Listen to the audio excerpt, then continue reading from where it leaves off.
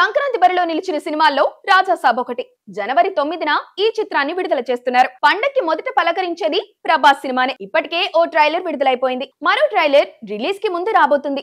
జనవరి 1న నూతన సంవత్సరం సందర్భంగా ఈ ట్రైలర్ విడుదల చేయబోతున్నారని తెలుస్తుంది.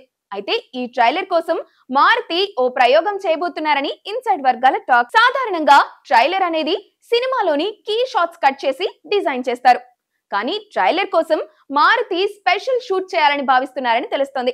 ఇది ప్రమోషనల్ కంటెంట్ లా కనిపిస్తూనే ట్రైలర్ అంతటి ఎఫెక్ట్ ఇచ్చేలా దీన్ని డిజైన్ చేస్తున్నారట. అందుకోసం 2-3 రోజుల పాటు ప్రత్యేక షూట్ నిర్వహించబోతున్నారని సమాచారం. సినిమా షూటింగ్ పూర్తయిన తర్వాత ఈ ట్రైలర్ కోసమే స్పెషల్ షూట్ నిర్వహించాలని భావిస్తున్నారు.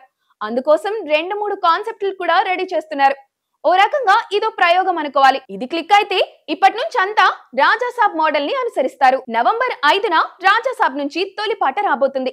నిజానికి ప్రభాస్ పుట్టినరోజు సందర్భంగా ఈ పాటని విడుదల చేద్దాం అనుకున్నారు, కానీ కుదరలేదట. ఈ మధ్య గ్రీస్ లో 2 పాటల్ని తెరకెక్కించిన సంగతి తెలిసిందే.